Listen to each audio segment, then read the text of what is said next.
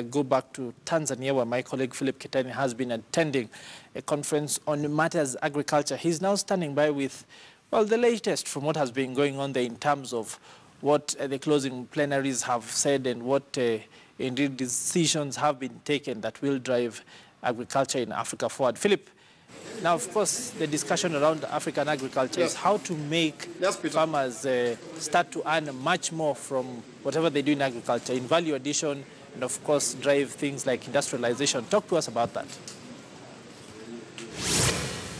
Okay. Peter, yeah, that's true. We are still here at the, in Dar es Salaam, where the 7th African Green Council Summit is going on. And one of the issues that is still coming up is how can these people, how can the stakeholders in the grain sector help small-scale farmers? You know, majority of African farmers are small-scale. How can they assist them increase their production? How can they assist them get access to certified seed?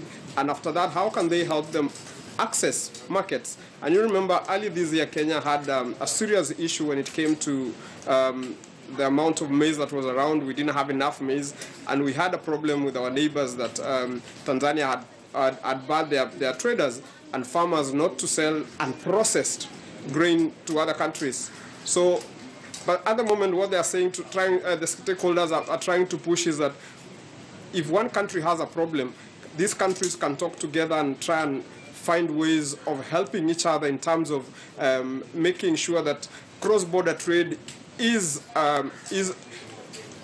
visible, is availed to farmers and traders, so that the countries cannot, one country cannot be having less maize or running short of maize, and the other countries having some surplus that they cannot sell anywhere. So those are some of the conversation that they are having. Another conversation they are having is how can they also integrate young people into the agricultural sector, especially in the grain sector. How can they become the businessmen? How can they become the traders or the farmers who grow the grain that will feed the population?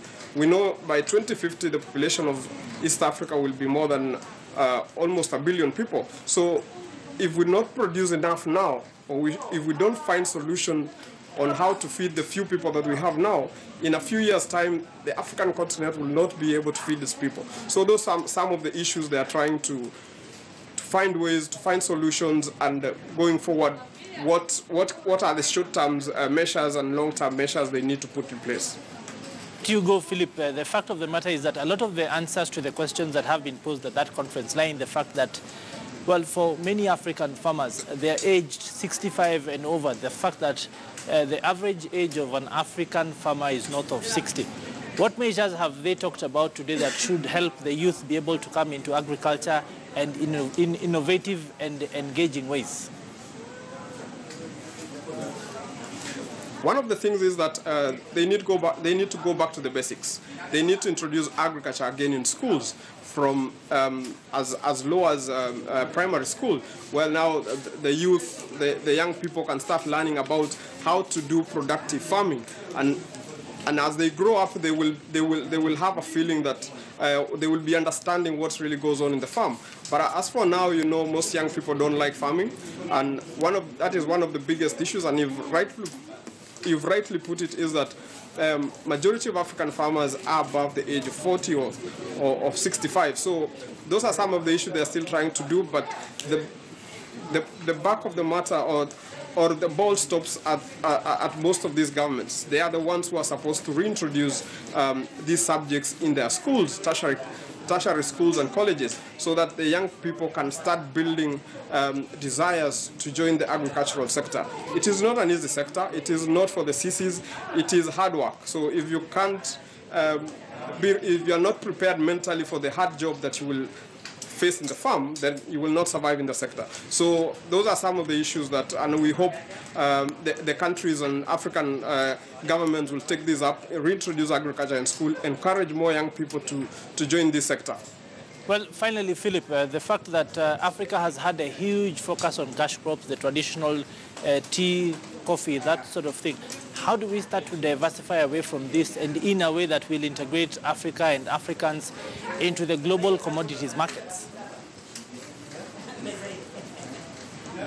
I can't hear you well, Peter. Can you come back again? I didn't hear you. I'll repeat the question. The fact is that Africa has had a significant focus on matters tea and coffee and such high-value cash crops.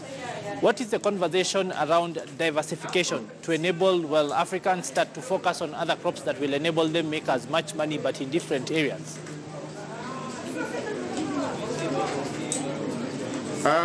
Well, Peter, I've had part of your question, and I think for us to move from the high-value crops to commodities, as you rightly put it, the focus needs to start with education. We still go back to education, but since a majority of African farmers are small-scale farmers, the challenge now is we no longer even have those big farms that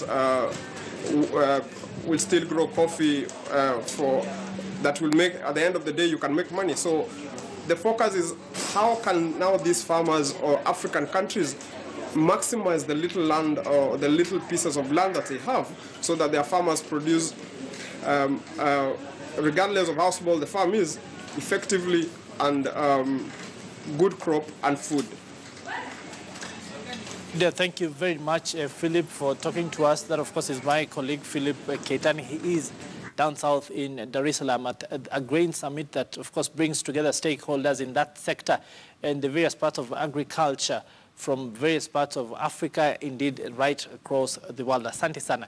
Now, we want to proceed on a short commercial break, but when we do come back, of course, we'll have updates from matters that are currently going on. Of course, the demonstrations that have been going on since earlier on in the day. The president himself is expected in parts of the eastern parts of the country. An update on that later on. And of course, a whole range of stories from different segments of our economy. Do stay with us here on KTN Business Today. We'll be back in just a couple of minutes.